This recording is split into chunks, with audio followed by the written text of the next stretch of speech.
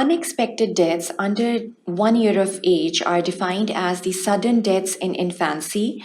This syndrome is also known as SIDS or it is also known as SUD, that is SUDS syndrome, that is the sudden unexpected deaths. Because these deaths don't have any exceptional causes or any evident causes, even after a detailed autopsy, even after the complete crime scene investigation, the forensic practitioners or the investigating officers don't have any causative factors which cause the death of the infant. So they are classified in this section, that is the sudden deaths in infancy. They are termed under this, they are put under this term, that is the sudden infant death syndrome. The causes, there are a lot of causes, and basically there can be a lot of predisposing risk factors also, such as the gender of the baby, as well as the age of the baby, as well as any other malformations or even the natural diseases if they are present.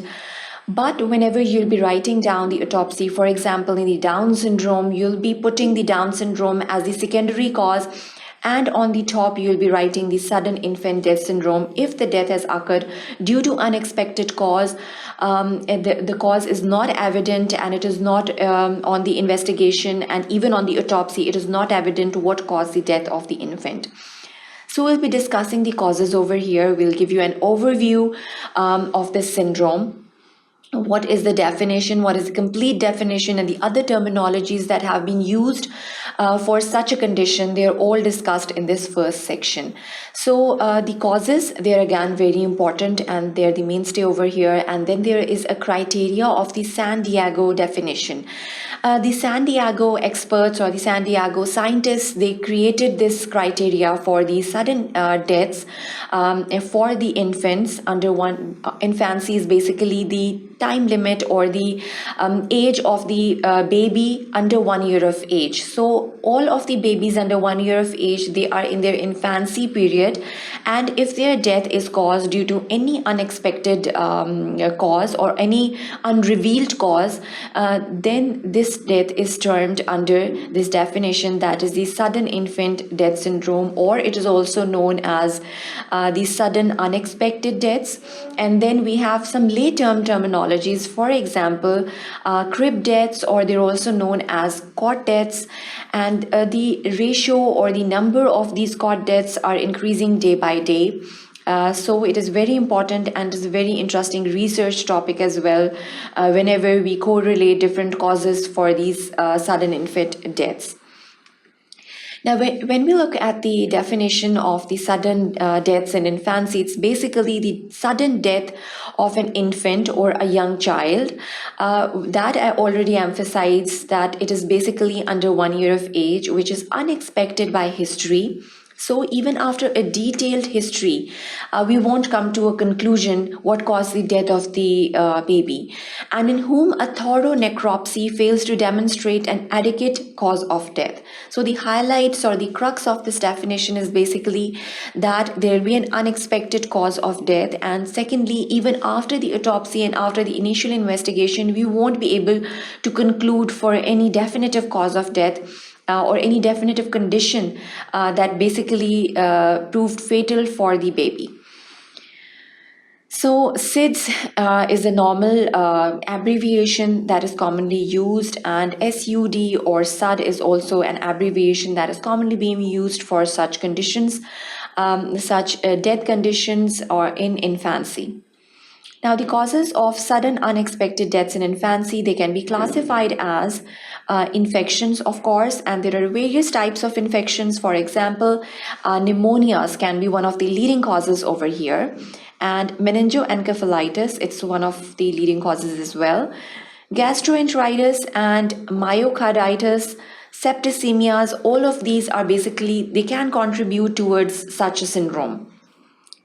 Now, one has to keep in their mind that sometimes the family is giving a history for such a condition, such as a gastroenteritis, or sometimes they would come up and say that the baby had mild respiratory problems, This is the usual history that the parents would be giving, or the baby had a mild gastroenteritis. But obviously, these are not the definitive causes and they cannot prove fatal for a baby. But still, we'll be putting these infections as secondary causes, naming the condition as sudden infant death syndrome, and as a secondary cause, we'll be labeling it as a case of pneumonia, meningoencephalitis, gastroenteritis, or myocarditis, etc. Now, Reye's syndrome is another syndrome which can be one of the causes for the deaths in infancy. Now, it's basically an inflammation of the liver, and that is basically the liver and the kidneys, they are involved in this kind of a syndrome.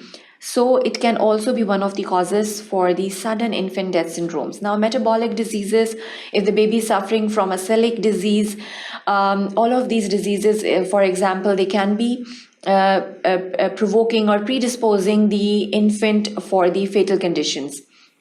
It can be any disturbances of the fatty acids, or the oxidation processes can be debilitated in such a baby. Pyruvate dehydrogenase deficiency is one of the causes. Then we have the biotinidase deficiency, hyperinsulinism. So it's again a condition, hyperinsulinemia is there due to the pancreatic dysfunctions. All of these metabolic disturbances are there. Now, disturbance of thiamine metabolism is another cycle which can be deficient in such infants. Now, hyperthermia is another cause. So that is why, just as a preventive cause, it is always advised to the parents not to overheat their babies while they're sleeping, because sudden infant deaths usually occur during the sleep. So that is why these hyperthermia conditions should be avoided for the babies, for the infants, and the nursery, room temperatures for the nurseries should be kept optimal. Now, malformations are again over there. There are certain birth defects that the baby can be suffering from, and such as the blood vessels can be affected in such a condition. Then we can have cardiac malformations. Fibroelastosis of the myocardium is another birth defect that can be present in such infants. Then we have the Peary-Robbins sequence. So Peary-Robbins sequence is just to give you an overview, just to hint you towards that condition. It's basically they have a small jaw, which is also termed as the micronthania, and then we have the tongue is pushed slightly backwards, and so it is basically obstructing the airways in such infants. It's basically not quite evident just by a single look, giving a single look of the patients or the infants. We cannot diagnose them by this Peary-Robbins sequence, but we have to basically estimate such individuals. Now, dysplasias of lungs is another cause which can be there. And then we can have suffocation by soft coverings, occlusion of the mouth and the nose is another cause that can suffocate the baby. Then chest compressions, if the baby is not laid on its back, so the chest can be compressed. And then we can have the aspirations of the stomach contents into the trachea. It's another one of the leading causes of sudden infant death syndromes. Now, the other causes can be a shaken baby syndrome. So it can always be there. Then we can have poisoning, overdosages of the drugs, and the other types of the blunt trauma is there. Munchausen syndrome by proximity. Munchausen syndrome is basically defined as a fictitious disorder in which the person seems to be ill, and then we have neglected babies as well, and hyperthermia of the external causes. So all of these causes can contribute as secondary causes to the sudden infant death syndrome. Now, this basically a chart diagram, a bar diagram, it's basically giving you an overview for the incidences of the sudden infant death syndrome. Now, all causes are the leading causes. Basically, they are all causes means basically it's all the contributing causes which can cause such a condition. Then we can have congenital malformations, disorders of the short gestational period, and then the sudden infant death syndrome. Then unintentional injuries, respiratory distress of the newborns, bacterial sepsis of the newborns, neonatal hemorrhages, necrotizing enterocolitis of newborns, and all other causes, that is basically the extra residual causes, they lie under this 200 almost births per per 100 births, basically we are calculating these deaths per 100 live births of an infant. Now the criteria used in the San Diego definition, we have a general definition that the person will give you a history of sudden and unexpected death under 1 year of age, lethal episodes during the sleep, and the death is unexplained by the clinical history. So the unexplained death, after the overview of the circumstances, it will give you basically the circumstances of the death, and then we have an unexplained autopsy findings after the complete autopsy. Then we have three categories basically over here. That is the category 1A, 1B, and then we have the category 2.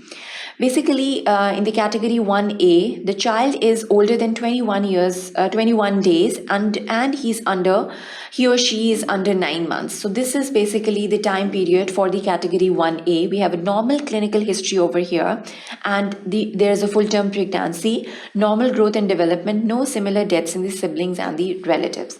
In the category 1B, we have the criteria of 1 to 5.